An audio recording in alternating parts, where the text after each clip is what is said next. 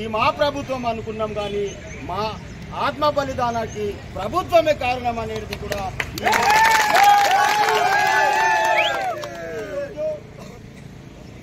మా సమస్యలు ఎవరికి తెలియదు.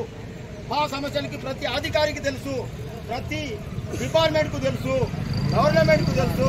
కానీ మా సమస్య పరిష్కారం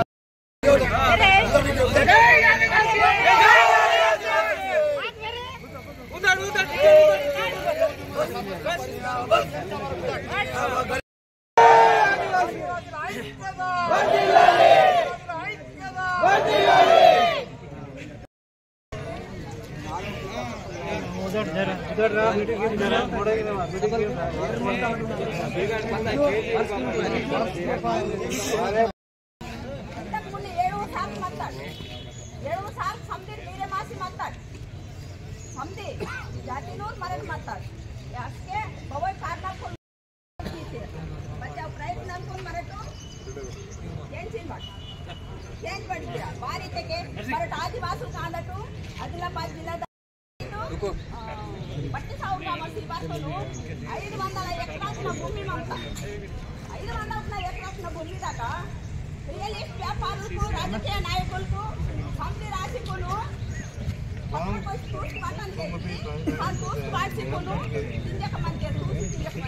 పంచుతున్నారు మమ్మల్ని అడుగుతలేరు. ఎందుకనంటే మేము పాముళ్ళల్లా పుట్టలల్లా తేళ్ళల్లా పుట్టలల్లా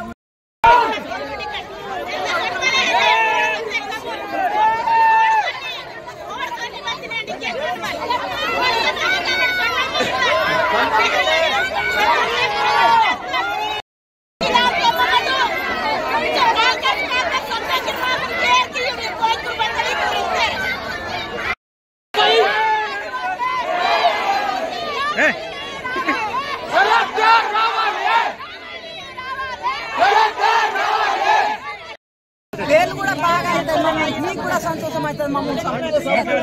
వేలు కూడా అవుతుంది మంచిదే కదా.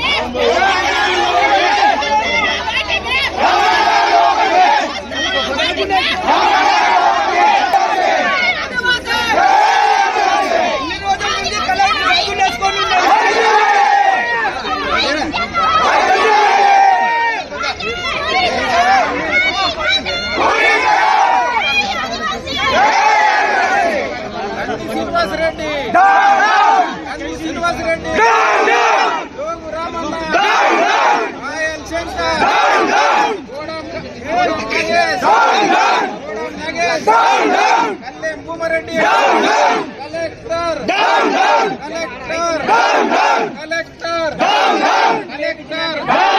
బయటకు రావాలి.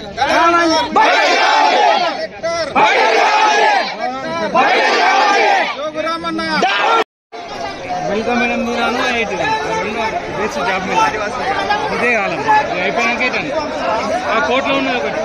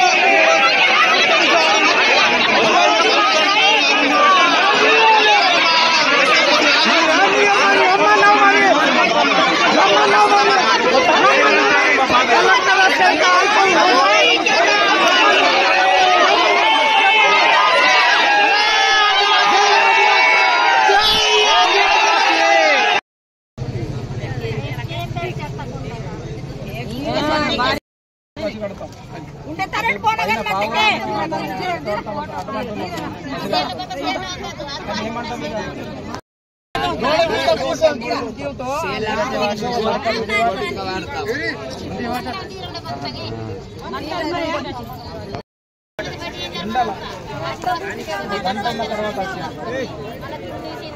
మళ్ళీ వచ్చి నాకు వేయడానికి నాకు వెళ్ళడానికి అది మా వాళ్ళ పరిధి ఇటు మున్సిపాలిటీ ఇలా మున్సిపాలిటీ సంబంధించిన మా వాళ్ళకి సంబంధించిన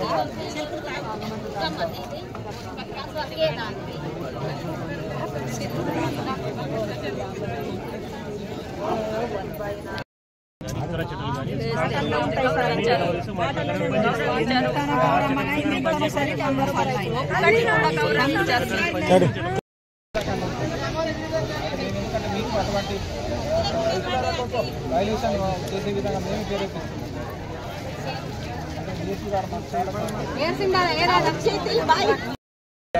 డిఎల్సీ కంపెనీ ఎవరెవరు నాడు జీడీని ఇచ్చారు. సత్యవతి రాఠోడ్కు మినిస్టర్ ఉంటే అందరు పోయి 20-30 లక్షలు తీసుకున్నారు. అందరు 101 జీడీని తీసుకొని తెచ్చుకున్నారు. చట్టం ఉన్నదా? న్యాయం ఉన్నదా చెప్పండి. డిపార్ట్మెంట్కి తెలుసు. అంటే దివ్య మేడము డిఎల్సీ కంపెనీ ద్వారా వీళ్ళు నాడు జీడీ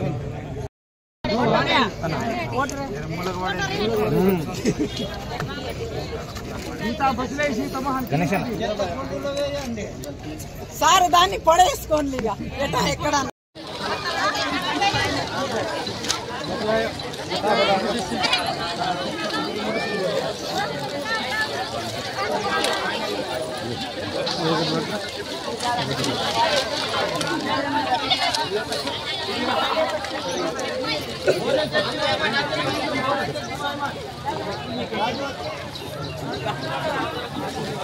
कागज की कैसे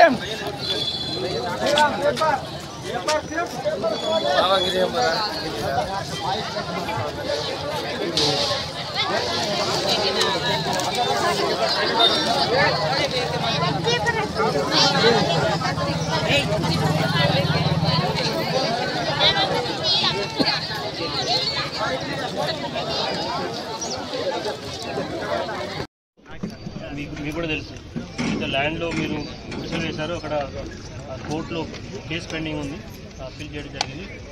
తర్వాత దాంట్లో పెండింగ్ ఉండడం వలన కొంతవరకు ఫర్దర్ యాక్షన్ తీసుకోవడం జరగలేదు. మీరైతే పవర్ సప్లై అనేది డిస్కనెక్ట్ అనేది నాకు నైట్ డిఎస్పీ గారు చెప్పడం జరిగింది. అది ఇప్పుడు జిల్లా కలెక్టర్ గారు దృష్టికి తీసుకెళ్ళి తర్వాత ఎస్సీ గారి దృష్టికి తీసుకెళ్ళి దానిపైన ఫర్దర్గా యాక్షన్ తీసుకోవడం జరుగుతుంది. సో మీకు ఏదైతే లీగల్గా ఖచ్చితంగా రైట్స్ ఉన్నాయో రైట్స్ ఖచ్చితంగా మేము చేయడానికి సిద్ధంగా ఉన్నాం. ఎలాంటి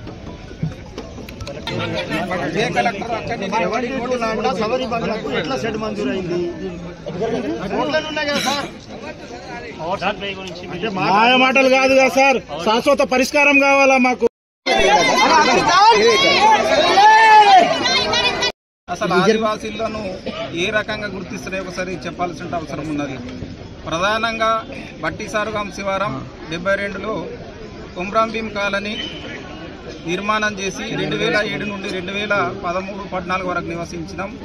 తర్వాత 2025 నేటి వరకు కూడా అక్కడ గుడిసెలు వేసుకొని నివసిస్తూ చందాలు వేసుకొని అండ్ బోర్స్ వేయడం, చందాలు వేసుకొని పోల్స్ కరెంటు ఇగుకోవడం, తర్వాత చందాలు వేసుకొని రోడ్స్ సాపి చేయడం జరిగింది.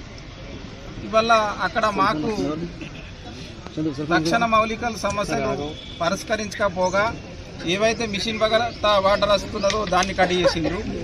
మొన్న స్ట్రీట్ లైట్ ఏవైతే మన కాలనీ కంటే ముందు స్ట్రీట్ లైట్ అక్కడ ఏర్పాటు చేయడం జరిగింది, వాటిని కూడా కట్ చేయడం జరిగింది. నిన్న డిఎస్పీ గారు వచ్చి పునరుద్ధరించడం జరిగింది. అంటే ఇక్కడ మొత్తం అది 1000 కోట్ల రూపాయలకు సంబంధించినటువంటి భూమి కాబట్టి దీనిపైన కంది శ్రీనివాసరెడ్డి, జోగు రామన్న, కళ్యాణ్ భూమారెడ్డి, పాయల్ శంకరు, తర్వాత ఇంకొంతమంది రియల్ ఎస్టేట్ ఆఫీసర్లు, రెవెన్యూ అధికారులు కలిసి ఆదివాసులను ఎట్లా చేసి అక్కడ ఆ 1000 కోట్ల రూపాయల భూమిని కాజేద్దామని చెప్పేసి ప్రయత్నాలు చేస్తున్నాయి. అంటే గతంలో మన కలెక్టర్, జిల్లా కలెక్టర్ అహ్మద్ బాబు గారు అది ప్రభుత్వ భూమి అని చెప్పేసి దాన్ని ఆక్యుపై చేసి అక్కడ ఫెన్సింగ్ వైర్ కూడా వేయడం జరిగింది. పోల్స్ కు గౌటు ల్యాండ్ అని ఇప్పటికి ఉన్నది, మీరు వచ్చి చూస్తే అందరికి తెలుసు. అది ప్రభుత్వ భూమి అని చెప్పేసి అందరికీ తెలిసినప్పటికీ కూడా ఇవాళ తక్షణ మౌలిక సమస్యలు కల్పించడంలో రాష్ట్ర ప్రభుత్వం ఎందుకు విఫలమవుతుందో అర్థం చేసుకోవాలంటే అవసరం ఉన్నది. మరి వాళ్ళ కంది శ్రీనివాసరెడ్డి మరి ఆదివాసుల మీదకి ఎందుకు కక్ష? జోగురామన్నకు మరి వాళ్ళ ఆదివాసుల మీద ఎందుకు కక్ష? పాయల్ శంకర్ ఎమ్మెల్యే గారికి ఇవాళ ఆదివాసీల మీద ఎందుకు కక్ష? ఆదిలాబాద్ పార్లమెంటు సభ్యులు గోడం నాగేష్ మరి ఆదివాసీ రిజర్వేషన్ మీద గెలిచిండు, మరి ఆయనకి ఎందుకు దాని మీద దాశ లేదు? అంటే అక్కడ డబ్బులు కనబడుతున్నాయి. కళ్యాణ్ భూమారెడ్డి మరి ఎందుకు మరి తన మొత్తం రియల్ ఎస్టేట్ వ్యాపారం అంతా కూడా ఆదిలాబాద్ చుట్టుపక్కల భూములన్నీ కూడా తననే కబ్జా చేసింది. ఆ ప్రభుత్వానికి ఆ కాంగ్రెస్ పార్టీలు ఉండి ఆయన అవన్నీ చేస్తున్నప్పటికీ కూడా కాంగ్రెస్ పార్టీ పూర్తిగా నిర్లక్ష్యంగా వ్యవహరిస్తూ వస్తున్నది. మేము తెలంగాణ రాష్ట్ర ప్రభుత్వానికి, తెలంగాణ రాష్ట్ర ముఖ్యమంత్రి యనుమల రేవంత్ రెడ్డి గారికి, ఉప ముఖ్యమంత్రి బట్టి విక్రమార్క గారికి, అదేవిధంగా ఆదిలాబాద్ ఇన్ఛార్జి మంత్రివర్యులు దన్సరి సీతక్క గారికి మేము విజ్ఞప్తి చేస్తున్నాం. మేము మానవతా దృక్పథంతో ఇప్పటి వరకు కూడా పదుల సంఖ్యలో అందరినీ కలిసినాం. అటెండర్ నుండి అయితే చీఫ్ సెక్రటరీ వరకు, వార్డు మెంబర్ నుండి అయితే సీఎం వరకు కలిసినాం. ప్రధానమంత్రికి, రాష్ట్రపతికి, గవర్నర్లకు, హైకోర్టు చీఫ్ జస్టిస్లకు ఉత్తర్వులు రాసినాం. నిరసనలు, ర్యాలీలు, ధర్నాలు చేసినాం, దండాలు పెట్టినాం. మరి ఇప్పుడు మేమేం చేయాలి? మాకు సావే మార్గం కదా. మరి ఎవరు కూడా మరి కనికరిస్తలేదు. అంతో ఇంతో కొంత పోలీస్ అధికారులు, ఉమ్మడి ఆదిలాబాద్ జిల్లాలో పోలీస్ అధికారులు మాకు సహకరిస్తున్నారు. నిన్ననే డిఎస్పీ గారు వచ్చి అక్కడ ఉన్నప్పటికీ కూడా గంట అయిన తరకు కూడా కరెంట్ డిపార్ట్మెంట్ రాలేదు. అంటే ఆదివాసుల మీద ఎంత వివక్షత ఉన్నది ఇవాళ మనకు కనబడుతున్నది. ఇవాళ ఇల్లీగల్గా కేసులు ఉన్నప్పటికి కూడా కరెంట్ పవర్ ఇప్పిస్తున్నారు. ఇక్కడ ఎస్సీగా కొనసాగుతున్నటువంటి చవాని వాళ్ళ ఆదివాసుల కోసం ఇవాళ ఆదివాసుల మీద కక్ష కట్టి ఆయన లంబాడా కమ్యూనిటీ కాబట్టి అక్కడ మా యొక్క రిపోర్టులు పంపుతలేడు. ఎందుకంటే మేము కవారంటీ ఇవ్వాలని చెప్పేసి చవాన్ గారికి చాలాసార్లు మెమోరండాలు ఇచ్చినాం తుడుందెబ్బ తరఫున. అక్కడ సీఎండీ గారికి అడిగితే లేదు, మీ ఆదిలాబాద్ నుండి ఏది కూడా రిపోర్ట్ వస్తలేదు అని చెప్పేసి సీఎండీ గారు చెప్తున్నారు. ఎందుకంటే సీఎండీ గారు మనకు ఆదిలాబాద్ ఐటీడీఏ పిఓగా పనిచేసిండు, నిర్మల్ జిల్లా కలెక్టర్గా పనిచేసిండు కాబట్టి మాకు పరిచయాలు ఉన్నాయి. వరంగల్లో పోయి కలిస్తే మీకు ఆదిలాబాద్ నుండి గణేష్ గారు ఏం రిపోర్ట్ రాలేదని అని చెప్తున్నారు. ఇక్కడ మేమేమో చవాన్ గారికి 4-5 సార్లు మేము కలిసి వినతి పత్రం ఇచ్చినాం. ఇక్కడ ఇల్లీగల్గా ఉమ్మడి ఆదిలాబాద్ జిల్లాలో కోట్ల కేసులు ఉన్నప్పటికీ కూడా కరెంట్లు ఇస్తున్నారు, రోడ్ల మీద కరెంట్లు ఇస్తున్నారు. మేము అడవి బిడ్డలం, ఆదివాసులం. మరి ఇప్పుడిప్పుడే మేము అడవిని వదిలి బయటకు వచ్చి మా పిల్లల్ని చదివించాలని చెప్పేసి ఇక్కడికి వచ్చి బతుకుతున్నాం. మరి మాకు కరెంట్ ఇవ్వండి అని చెప్పేసి విజ్ఞప్తి చేసినాం. అంటే మేము ఆదివాసులుగా పుట్టడం నేరమా? మరి ఆదివాసుల్లో మరి మేము మాకు చావే మార్గం కదా. మరి ఒక్కొక్కసారి ప్రభుత్వం చంపేస్తే అయిపోతుంది కదా.